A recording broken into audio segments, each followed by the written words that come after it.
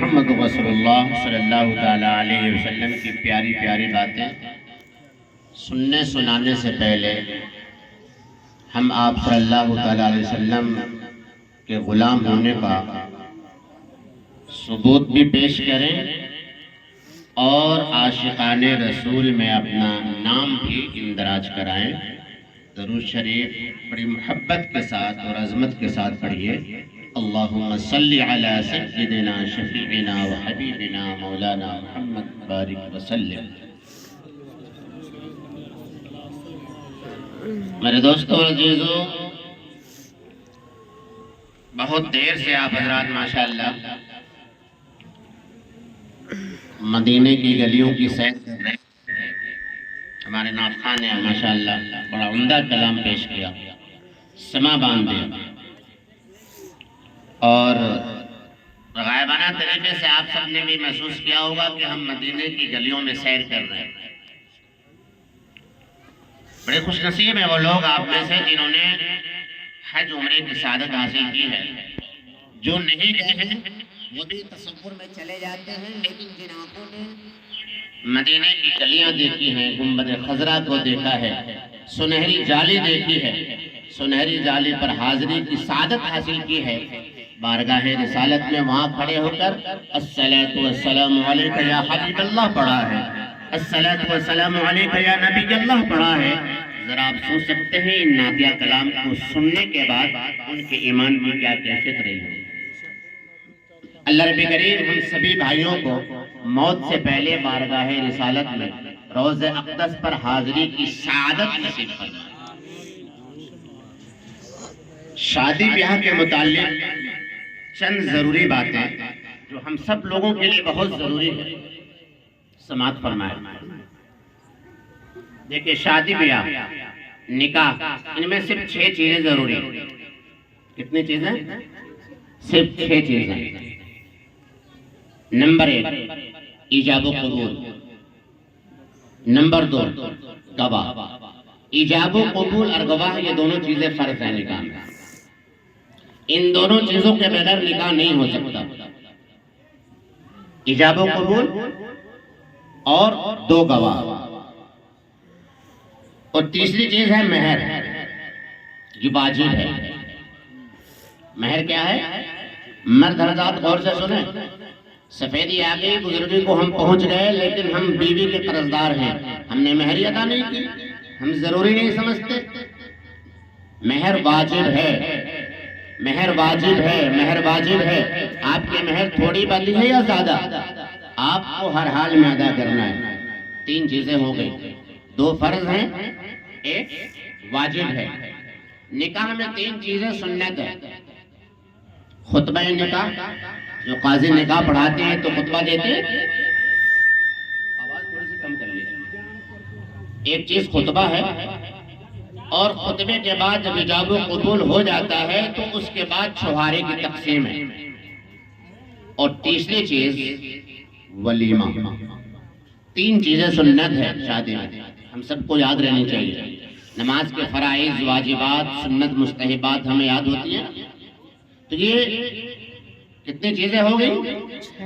6۔ ایجاب و قبول یعنی لڑکا اور لڑکی دونوں ایک دوسرے کو ایکسیپٹ کریں، قبول کریں، اسے ایجاب و قبول کہتے ہیں۔ یہ کام کم سے کم 2 گواہوں کے سامنے ہونی چاہیے جو معتبر ہوں، اور تیسری چیز جو ہوتی ہے وہ مہر ہوتی ہے، اور اس کے بعد خطبہ نکاح ہوتا ہے، اور اس کے بعد چھوارے کی تقسیم ہوتی ہے، اور پھر ولیمہ ہوتا ہے۔ بس یہ شادی ہے، یہ نکاح ہے، یہی بیاہ ہے، یہی قرآن کہتا ہے، یہی حدیث کہتی ہے۔ اسے ہی کر کے میرے اور آپ کے آقا، کائنات کے سردار، محبوب کبریا جناب محمد رسول اللہ صلی اللہ علیہ وآلہ وسلم نے اسی عمل کو کر کے دکھایا ہے۔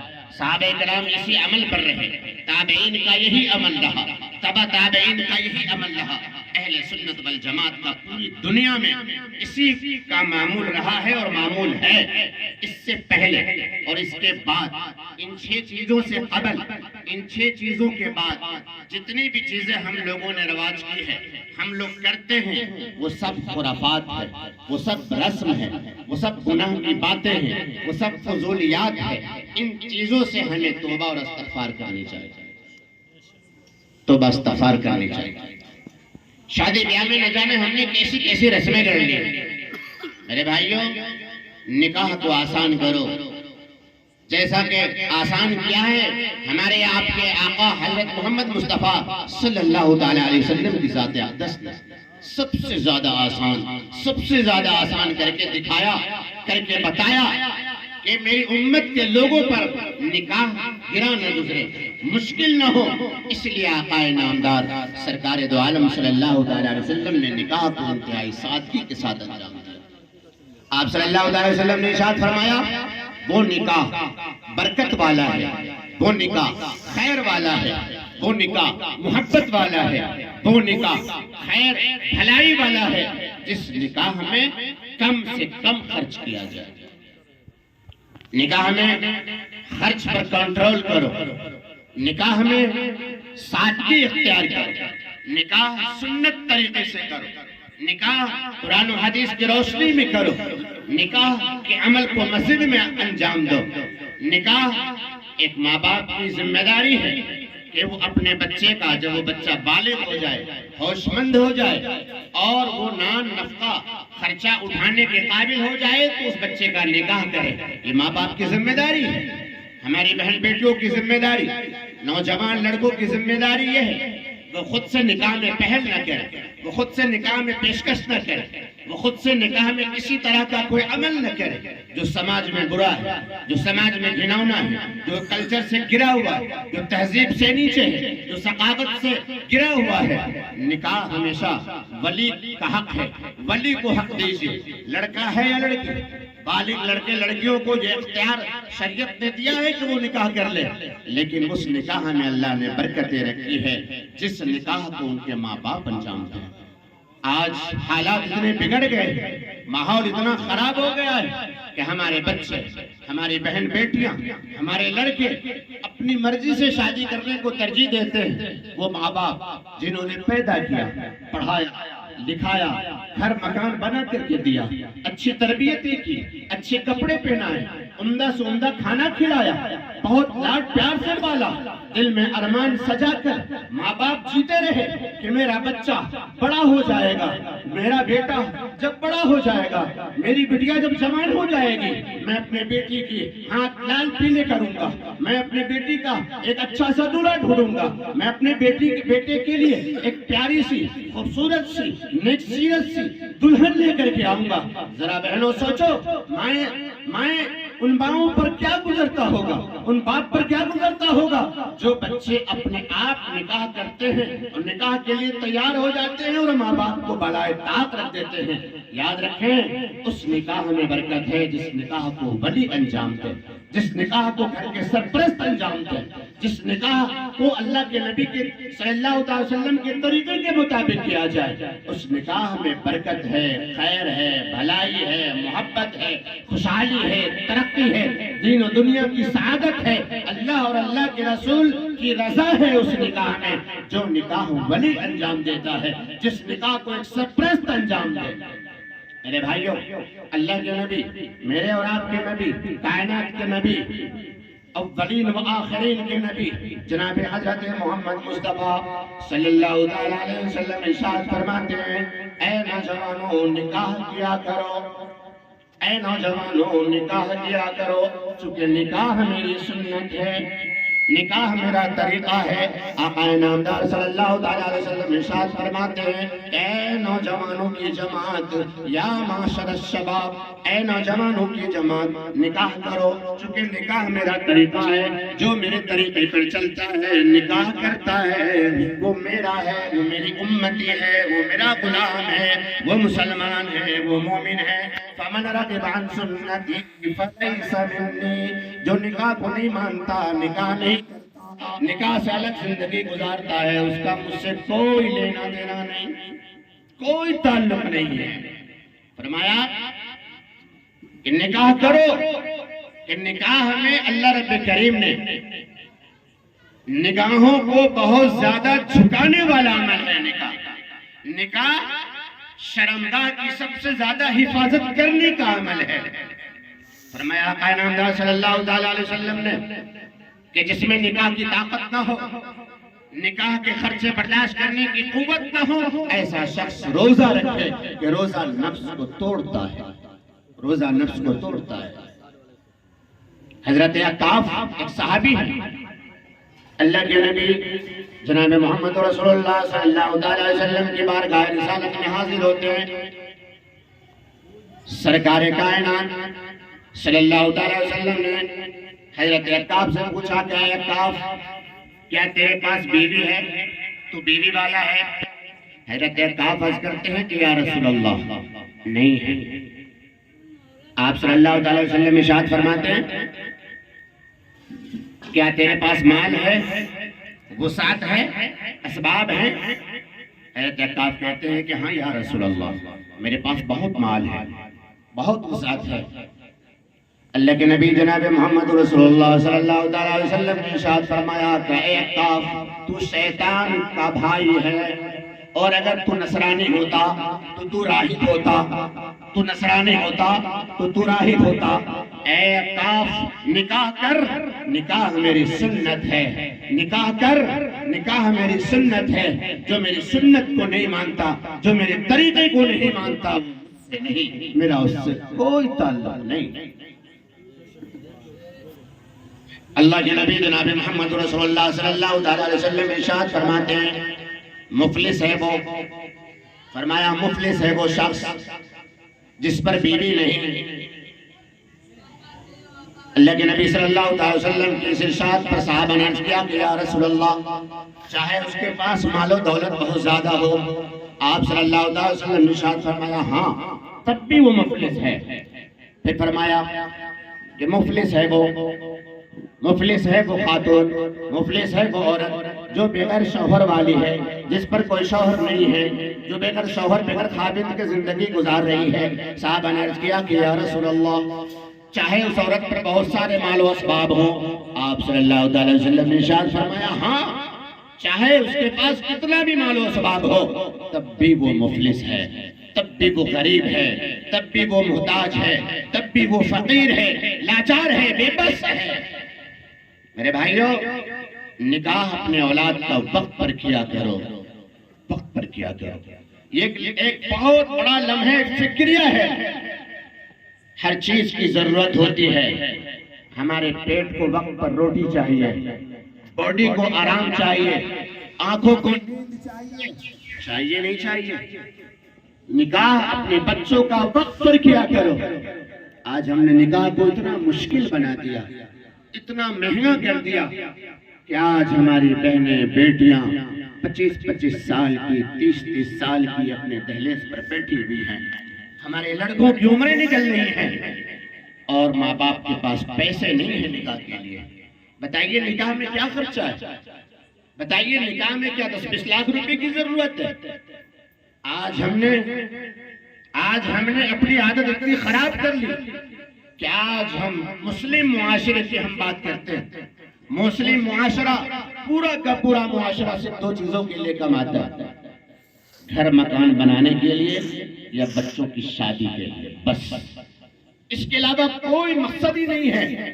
جسے دیکھیے بھاگ دوڑ میں لگا ہوا ہے، مال اکٹھے کرنے میں لگا ہوا ہے، اور یہ دو چیزیں، ایک شادی اور ایک مکان، اس میں انسان اتنا گم ہو گیا، اتنا کھو گیا کہ اسے نماز کی پتہ نہیں، جمعے کے لیے وقت نہیں، رمضان آ جائے تو روزے کے لیے وقت نہیں، تراویحوں کے لیے وقت نہیں، تلاوت کے لیے وقت نہیں، ذکر و اذکار کے لیے وقت نہیں، اللہ اور اللہ کے رسول کی اطاعت اور بندگی کے لیے وقت نہیں، سارا وقت، ساری جوانی، ساری تندرستی انسان مکان کے بنانے اور بیٹے بیٹیوں کی شادی کرنے میں صرف کر دیتا ہے، اور پھر آخر میں بڑھاپا غالب آتا ہے، پھر وہ کسی کام کا نہیں رہتا، نہ نماز کا رہا، نہ روزے کا رہا، نہ تراویح کا رہا، اور نہ کسی چیز کا رہا۔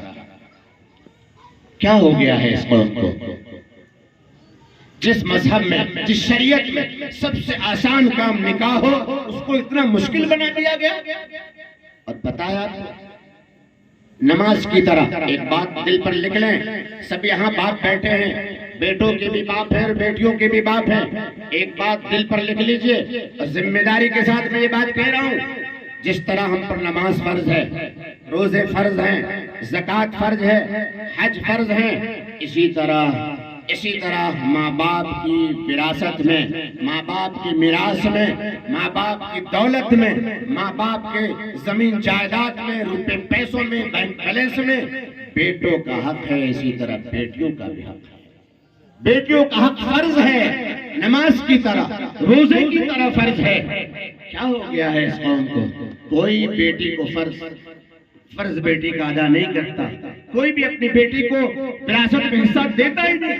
5-10 لاکھ کی شادی کر کے وہ یہ سمجھتا ہے کہ میں فارغ ہو گیا۔ کس نے کہا تھا آپ کو 10 لاکھ کی شادی کیجئے اور بیٹی کا حق دبا دیجئے؟ آپ نے اپنی شان کے لیے، اپنی خانصاحبی دکھانے کے لیے، آپ نے اپنی ٹھاٹ کے لیے، اپنی برادر میں نام اونچا کرنے کے لیے کہ بستی کے لوگ کیا کہیں گے، برادر کے لوگ کیا کہیں گے۔ آج شادیوں کا یہ معاملہ ہو گیا ہے، ہر آدمی ایک دوسرے کے ریکارڈ توڑنے میں لگا ہے، ایک دوسرے کو نیچے دکھانے میں لگا ہے۔ اب بتاؤ، جب ہماری شادیاں ایسی ہوں گی کہ ایک باپ پوری زندگی کمائے پھر بھی اس کی پورتی نہ ہو، 2-4 لاکھ روپے بیاج پر اٹھائے، ایک بیٹی کی شادی کرے، دوسری بیٹی کا جب نمبر آئے پہلی بیٹی کا قرضہ ادا نہیں ہوا، اب یہ بتاؤ کہ وہ باپ اپنی دولت سے، اپنی وراثت سے اپنی اس بیٹی کو میراث کہاں سے دے گا؟ اس فرض کو ادا کیسے کرے گا؟ پتہ یہ چلا ماں مر رہی ہے، باپ مر رہا ہے، اپنے کاندھے پر بیٹی کا قرضہ لے کر کے مر رہا ہے۔ کیا آپ کے اندر حوصلہ ہے، ہمت ہے کہ کل قیامت کے دن محشر کے میدان میں ہماری بیٹیاں ہمارا گریبان پکڑ کر کہے کہ اللہ اس نے ہمارا فرض ادا نہیں کیا ہے؟ بتاؤ کیا جواب دو گے؟ ہے جواب؟ اس میں سن لیجئے، بیٹے والے بھی ذمہ دار ہیں، بیٹی والوں کی تو مجبوری ہوتی ہے، بیٹے والے خاص طور سے ذمہ دار ہیں۔ بیٹے والے یہ عہد کریں، نیت کریں کہ میں اپنے منہ سے کوئی ڈیمانڈ نہیں کروں گا، کوئی مطالبہ نہیں کروں گا، کچھ مانگوں گا نہیں، جو ملا سبحان اللہ، جو ملا الحمدللہ کہہ کر کے لے کے آئیں گے۔ اس لیے اللہ کی رضا کے لیے، پیارے مصطفیٰ کی سنت سمجھ کر، پیارے مصطفیٰ کی عظمت سمجھ کر، پیارے نبی کی سنت اور طریقہ سمجھ کر ہم شادی کو کریں، نکاح کو کریں، تو یہ بتاؤ کیا اس نکاح میں برکت نہیں ہوگی؟ کیا وہ نکاح ترقی کا ذریعہ نہیں بنے گا؟ وہ نکاح خوشحالی کا ذریعہ نہیں بنے گا؟ کیا وہ نکاح تقویٰ طہارت کا ذریعہ نہیں بنے گا؟ میرے بھائیوں، کیا ہم یہ سمجھتے ہیں کہ صرف نماز میں نیت باندھ کر دائیں بائیں اوپر نیچے نہیں دیکھنا، جہاں نظر رکھنی ہے وہی رکھنی ہے؟ کیا ہم یہ سمجھتے ہیں کہ صرف روزے میں کچھ کھانے پینے سے روزہ ٹوٹ جاتا ہے؟ ہمارے قاضی صاحب، ہمارے علماء یہاں بیٹھے میں، ہر نکاح میں قرآن کریم کی 3 آیتیں پڑھی جاتی۔ یا ایھا الناس اتقوا ربکم الذی خلقکم من نفس واحدہ، اے لوگو اپنے اس رب سے ڈرو۔ یا ایھا الناس اتقوا ربکم الذی خلقکم من نفس واحدہ، جس نے ایک جان سے تمہیں پیدا کیا ہے، اور ایک جان کون ہے؟ حضرت ابا آدم علیہ السلام، اماں حوا علیہ السلام۔ کہ اپنے اس رب سے ڈرو جس نے تمہیں ایک جان سے پیدا کیا، وَخَلَقَ مِنْهَا زَوْجَهَا، اور اسی جان سے تمہارے لیے جوڑے بنائے، شریک حیات بنا کر کے دیا، عورتوں کے لیے شوہر بنائے، مردوں کے لیے بیویاں بنائی۔ خَلَقَ مِنْهَا زَوْجَهَا، میرے بھائیوں، اور آگے فرمایا وَبَثَّ مِنْهُمَا رِجَالًا كَثِيرًا وَنِسَاءً، اور بہت سارے مرد اور عورتیں پھیلا دی ہم نے، اور فرمایا وَاتَّقُوا اللَّهَ، اس بات کو نوٹ کرنا، وَاتَّقُوا اللَّهَ الَّذِي تَسَاءَلُونَ بِهِ وَالْأَرْحَامَ، اے لوگو اپنے رب سے ڈرنا، اللہ سے ڈرتے رہنا، جس اللہ کا نام لے کر، جس کے نام کے سہارے سے تم نے رشتہ داریاں طلب کی اور آپس میں رشتہ دار بن گئے۔ اللہ الصمد۔ ہمیں جب رشتہ قائم کرنا ہوتا ہے، جب ہمیں نکاح کرنا ہوتا ہے، ہم اللہ کا نام لیتے ہیں، اللہ کی آیتوں کا استعمال کرتے ہیں، اور جب نکاح ہو جاتا ہے تو اللہ کے نام کو بھول جاتے ہیں، رسول اللہ صلی اللہ علیہ وسلم کے پیغام کو بلائے طاق رکھ دیتے ہیں۔ 3 آیتیں پڑھی جاتی ہیں، فرمایا ان اللہ کان علیکم رقیبا، یاد رکھنا تمہارا اللہ تم پر نگہبان ہے، محافظ ہے، ہر وقت پہرا دے رہا ہے، تمہارے ظاہر اور باطن سے خوب اچھی طریقے سے واقف ہے۔ یا ایھا الذین آمنوا اتقوا اللہ حق تقاتہ، اے ایمان والو اللہ سے اتنا ڈرو جتنا کہ اس سے ڈرنے کا حق ہے۔ وَلَا تَمُوتُنَّ إِلَّا وَأَنْتُمْ مُسْلِمُونَ، مت مرنا لیکن مسلمان ہو کے مرنا، مسلمان ہو کر کے مرنا۔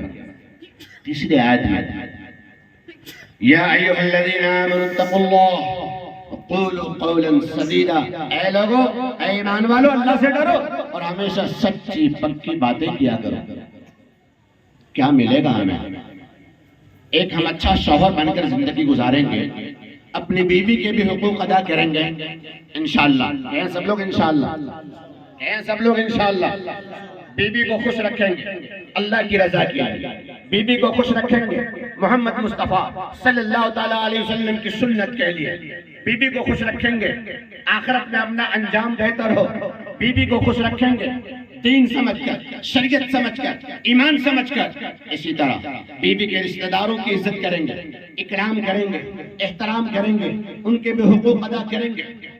میرے بھائیوں، میرے دوستوں، جب ہم ایک اچھے شوہر بن کر دکھائیں گے، ہماری مائیں بہنیں بیٹیاں جب ایک اچھی بیوی بن کر زندگی گزارے گی، ملے گا کیا؟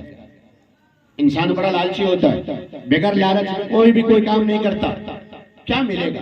یا ایھا الذین آمنوا اتقوا اللہ قولوا قولا سدیدا، فرمایا یصلح لکم اعمالکم، وہ تمہارے اعمال درست کر دے گا، وہ تمہارے اللہ رب کریم کے حکموں کے مطابق اگر تم ازدواجی زندگی گزارو گے تو اللہ رب کریم تمہارے ظاہر اور باطن دونوں کو درست فرما دے گا۔ یصلح لکم اعمالکم، اور مزے کی بات سنو، ہمارے اعمال ٹھیک ہو جائیں، ہم ظاہر میں بھی ٹھیک ہو جائیں، باطن میں بھی ٹھیک ہو جائیں، باہر بھی کمپلیٹ، اندر بھی کمپلیٹ۔ یصلح لکم اعمالکم ویغفر لکم ذنوبکم، ایک انسان کے لیے، ایک مومن کے لیے، ایک مسلم کے لیے اس سے بڑا کوئی مژدہ نہیں ہو سکتا کہ اس کا رب اسے معاف فرمائے۔ وَيَغْفِرْ لَكُمْ ذُنُوبَكُمْ، اور تمہارا رب تمہارے گناہوں کو معاف فرما دے گا۔ اور فرمایا وَمَن يُطِعِ اللَّهَ وَرَسُولَهُ فَقَدْ فَازَ فَوْزًا عَظِيمًا۔ کسوٹی دیکھو، فرمایا کہ لوگوں میاں بھی سنیں، بیوی بھی سنیں، شوہر کے رشتہ دار بھی سنیں، بیوی کے رشتہ دار بھی سنیں، میکے والے بھی سنیں، سسرال والے بھی سنیں، دونوں خاندان کے لوگ سنیں کہ جو شخص اللہ کی اطاعت کرے گا، رسول اللہ صلی اللہ تعالیٰ علیہ وسلم کی پیروی کرے گا، سنت کے مطابق زندگی گزارے گا، فرمایا رب کریم نے اسے بڑی کامیابی ملی، وہ شخص کامیاب ہو جائے گا۔ میرے بھائیوں، اصل میں وقت کی قلت دامنگیر ہے، 10 منٹ کے لیے بیٹھا تھا، وقت زیادہ ہو گیا۔ اب میں بغیر اپنی بات کو بغیر کسی طول طویل کے ختم کر کے، اور دیگر علماء کرام بیٹھے ہیں ان کے حوالے میں کرنا چاہوں گا۔ بہرحال آخری میں ایک بات یہ کہتا ہوا اپنی بات پوری کرتا ہوں کہ میرے بھائیوں، رشتے ناتوں کے تعلق سے اپنے دل کے اندر تقوی اختیار کیجیے، اللہ کا ڈر پیدا کیجیے۔ رشتے 2 چیزوں سے قائم رہتے ہیں ہمیشہ، ایک اکرام اور ایک محبت۔ بس کیا چیز؟ اکرام، رسپیکٹ، احترام۔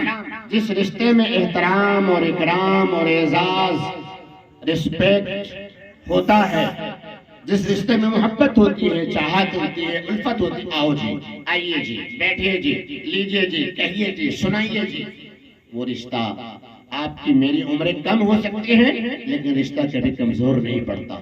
رشتہ ہمیشہ کمزور پڑتا ہے گلے شکوے سے، عدم توجہ سے، توجہ نہ دینے سے، خاطر و مدارات میں کمی کرنے سے، جس کو کہیے لفٹ نہ دینے سے، رشتہ کمزور پڑ جاتا ہے، چاہے میرا آپ کا ہو، گھر خاندان کا ہو یا میاں بیوی کا ہو۔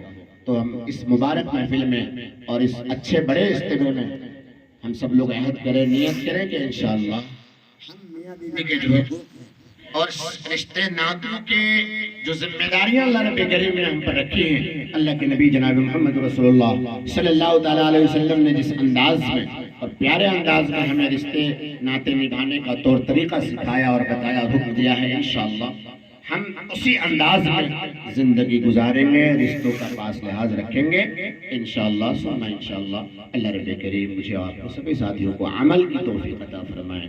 اللہم آمین ثم آمین وآخر الدعوانا الحمدللہ رب العالمین۔ پڑھ لیجئے، اشہد ان لا الہ الا اللہ واشہد ان محمدا عبدہ ورسولہ صلی اللہ علی النبی الکریم وآلہ وصحبہ اجمعین برحمتک یا رب۔